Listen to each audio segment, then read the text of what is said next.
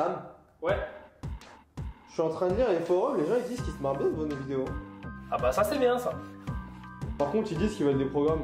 Mais les gens ils sont jamais contents aussi, ils veulent se marrer, ils veulent avoir des programmes. Marre-toi, t'auras des programmes plus tard. Bah ouais mais il y a Cricri du 77 qui dit qu'il veut se désabonner sinon. Ah des histoires aussi.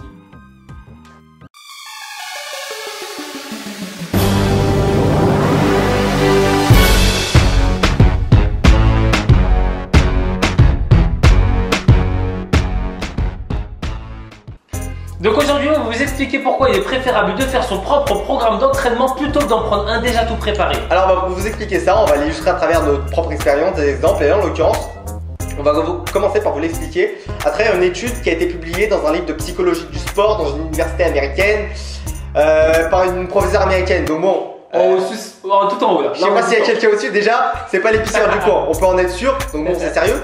Donc en fait, on a pris deux groupes de personnes à qui on a imposé 4 exercices préétablis. Le premier groupe, il a de l'autonomie, il choisit l'ordre. Et le deuxième groupe, il doit suivre un ordre bien précis. À la fin, on se rend compte que le groupe qui a plus d'autonomie a réalisé beaucoup plus de répétitions. Donc en fait, la découverte, si on peut appeler ça une découverte, c'est que on s'est rendu compte que plus on a d'autonomie et que l'autonomie des gens a une influence positive sur leur engagement dans l'exercice et dans la musculation.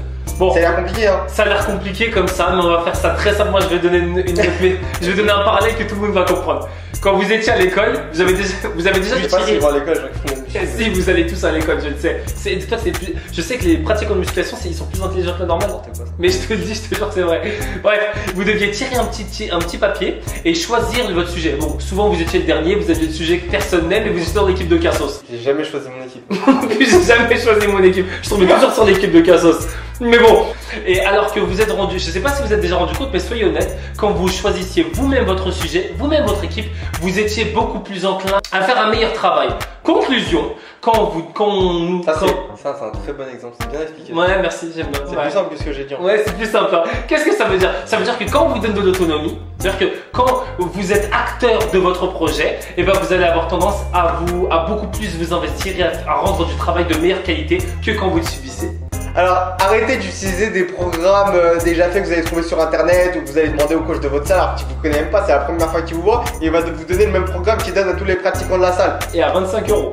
Pourquoi vous n'allez pas utiliser ces programmes-là? Parce qu'en fait ils sont tout simplement pas adaptés à vous. Ils sont pas adaptés à vous parce qu'ils tiennent pas compte de vos points faibles, de vos points forts. Ils tiennent pas compte de votre morphologie. Par exemple, si vous avez des fémurs trop longs, vous n'allez pas faire du squat. Et le squat c'est pas obligatoire, hein. Le soulevé de terre, développé couché, rien n'est obligatoire en musculation. Il n'y a pas d'exercice indispensable. Et un dernier point aussi, c'est que souvent ces programmes-là ne tiennent pas compte de vos styles de vie. Par exemple, si vous bossez énormément, que vous dormez pas suffisamment la nuit, vous n'avez pas assez de récupération, allez pas faire 6 séances par semaine. Et puis en revanche, si vous avez le temps, que vous dormez 2 heures par nuit, que vous faites rien, je sais pas ce que vous faites. Non, ils vont à l'école que.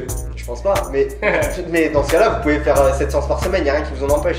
Bon, bien évidemment, ce qu'il est en train de vous dire, c'est valable si vous avez un certain niveau. Si vous êtes débutant, bon bah, vous-même, vous connaissez pas votre propre corps, donc apprenez. Donc, la question c'était, comment je dois faire pour faire mon propre programme? Et bah, apprenez à connaître votre corps. Donc, si vous êtes débutant, bah, prenez un programme qui est déjà fait, regardez ce qui marche pas sur vous.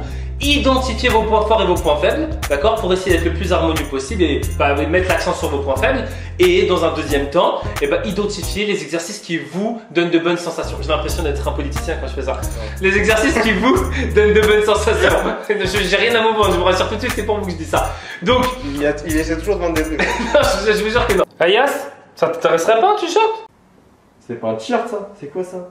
Ah, tu crois que c'est facile la vie ou quoi? Je te fais la lampe parce que c'est toi, 5 € avec, allez, je crois, ça va. Donc au final, pour conclure cette vidéo, faites simplement un programme qui soit le moins contraignant possible pour vous. Simplement ça, pour la vidéo. Si vous faites un programme qui vous fait chier, vous n'allez pas avoir envie de le faire. Vous n'allez jamais le tenir. Au final, ça doit simplement être un plaisir, ça doit vous faire plaisir d'aller le faire. Si vous avez les moindres remarques à faire ou des commentaires un peu plus approfondis, n'hésitez pas à les faire. Et puis écoutez, on se retrouve pour la prochaine vidéo. Bon toujours pas de programme, hein? Je me désabonne.